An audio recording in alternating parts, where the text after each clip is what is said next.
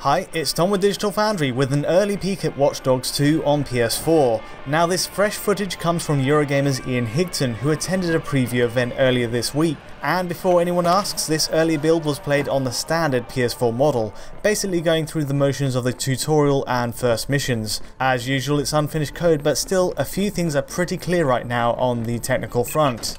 So the basic points first. On PS4 it runs at a native 1080p resolution with a 30 FPS target that is, broadly speaking, well held. We'll go into the frame rate a little later in this video, but the basic summary is it's a really solid showing with only occasional dips while driving, and even rare cases of tearing at the top of the screen.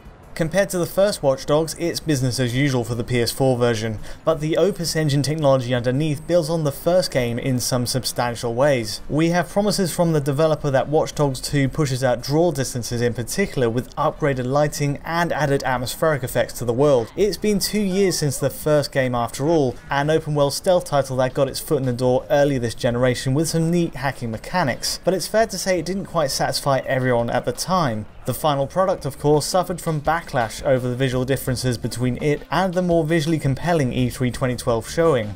Added to that, the first game was also positioned as a cross-gen title, built to run on aging PS3 and Xbox 360 hardware that served as a kind of lowest common denominator in visual quality and performance. For Watch Dogs 2 though, the good news is developer Ubisoft Montreal now only has to worry about 4 platforms: PC, Xbox One, PS4 and of course the upcoming Ps4 Pro. It's a tighter focus that we hope leads to a better, closer tailoring to these more powerful machines, now that we're leaving the last gen systems behind.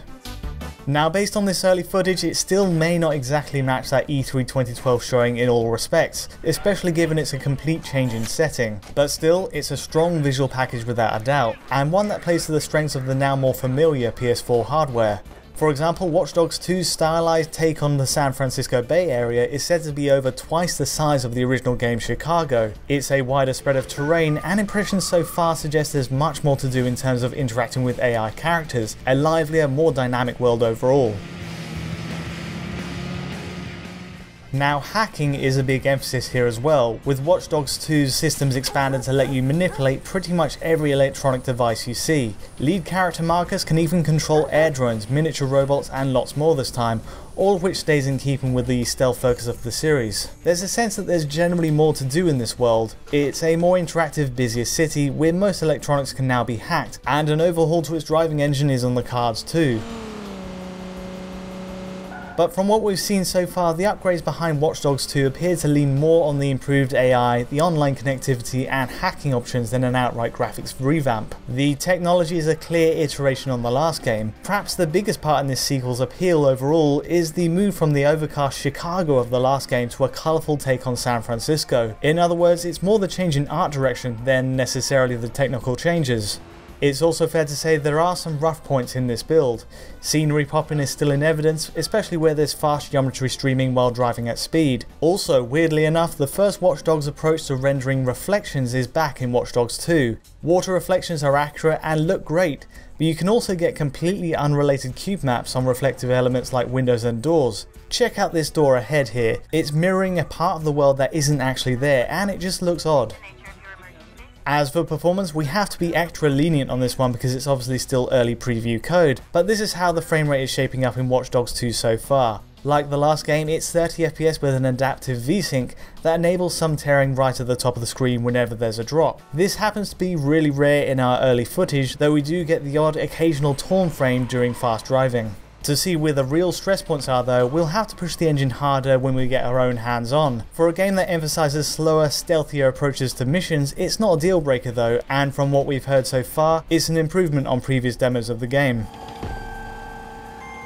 Now this is the standard PS4 version of course, but it'll be interesting to see the Ps4 Pro in action for a few reasons. The recent PlayStation meeting livestream showed the game pushing to support 4K TVs, with a massively boost pixel count, and the developer seemed keen to explain the benefits in showing each asset across the world at a sharper level of detail. The focus seems to be squarely on 4K and HDR support here, but information is still scarce on whether or not other settings will be affected, and if we could for example see draw distances improve further. Time will tell, and it's now not too long until Watch Dogs 2's November 15th launch, right next to the release date of the Ps4 Pro. Anyway, that's all we have time for today. Do give that like or subscribe button below a click if you fancy it, and until next time, thanks for watching.